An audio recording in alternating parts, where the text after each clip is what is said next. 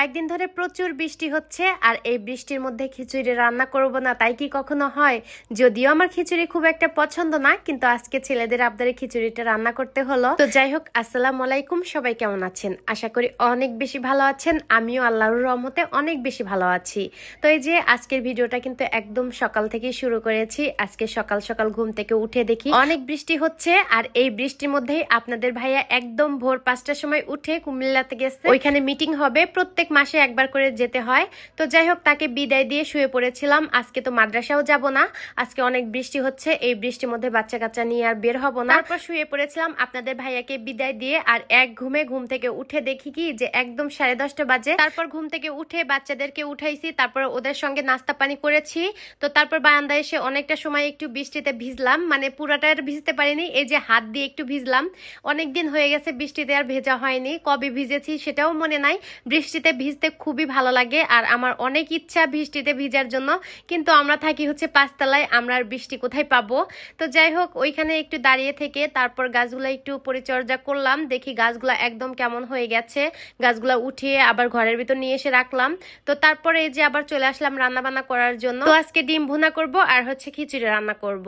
একদম মাসের শেষের দিকে, ফ্রিজে কোনো রকমের মাংস নাই, একদম মাংস শেষ হয়ে গেছে। তো আমি খিচুড়ি রান্না করতে চাই। বড় ছেলেটা আবার বায়না ধরেছে, সে পোলার চাউল দিয়ে খিচুড়ি খাবে। তো চালটাও দেখি অল্পই একটু ছিল, তো চালের মধ্যে ডাল দিলাম আর একটু হচ্ছে সিদ্ধ চাউল দিলাম। এইভাবে মিক্স করে খিচুড়ি রান্না করা যায়। তো এইভাবে কিন্তু অনেক বেশি ভালো লাগে। আমি মাঝে মাঝে করে এইভাবে মিক্স করে রান্না করি, মানে অর্ধেক দিয়ে হচ্ছে ভাতের চাউল আর অর্ধেক দিয়ে হচ্ছে পোলার চাউল, এটাও কিন্তু অনেক বেশি ভালো লাগে। তো যাই হোক, চালটাকে একটু ভিজিয়ে রেখে আমি কিন্তু কাটাকাটি করে নিয়েছি। ও যে পেঁয়াজ রসুন কাটলাম, তারপরে একটু বাটলাম। তো যাই হোক, সবকিছু তো আর ওইভাবে ভিডিওতে দেখানো সম্ভব না। তো আমি সুন্দর করে কিন্তু আমি মশলাটাকে কষিয়ে নেব। আর এইভাবে মশলা কষিয়ে অনেকদিন পর আমি খিচুড়ি রান্না করতেছি। আপনাদের ভাইয়া সবসময় ওই যে হাতে মাখিয়ে একদম ল্যাটকা খিচুড়িটাই পছন্দ করে। আমি সবসময় এভাবে খিচুড়ি রান্না করি, সে আবার এই টাইপের খিচুড়ি একদমই পছন্দ করে না। আমার ছেলেরা আবার অনেক বেশি পছন্দ করে। আজকে যেহেতু সে বাসায় নেই, সেই কারণে এভাবে রান্না করতেছি। আর সে যদি বাসায় থাকতো তাহলে এভাবে কখনোই আমাকে রান্না করতে দিত না। তো যাই হোক, আমি কিন্তু সুন্দর করে মশলার সঙ্গে আমি চালটাকে কষিয়ে নিয়ে তারপরে এই যে ঝোলের পানিটা দিয়ে দিলাম, মানে খিচুড়ি সিদ্ধ হতে যেটুকু পরিমাণ পানি লাগবে সেটুকু দিয়ে দিয়েছি।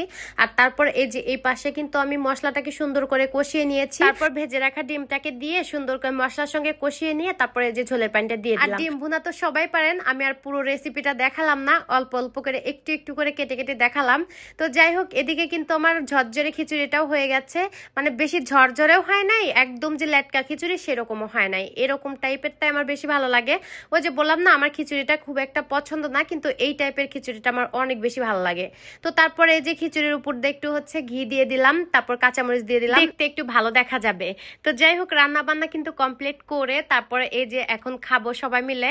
তো একটু আজকে প্লেটটা সুন্দর করে সাজিয়ে নিলাম। খুব একটা আমি কিন্তু সবসময় প্লেট সাজাই না, আজকে যেহেতু হাতে সময় আছে, আপনাদের ভাইয়াও বাসায় নাই, সেই কারণে আমার নিজের মতো করে ভিডিও করছি, রান্না বান্না করছি। তো যাই হোক, আজকের ভিডিওটা এই পর্যন্তই। সবাই ভালো থাকবেন, সুস্থ থাকবেন, আল্লাহ হাফিজ।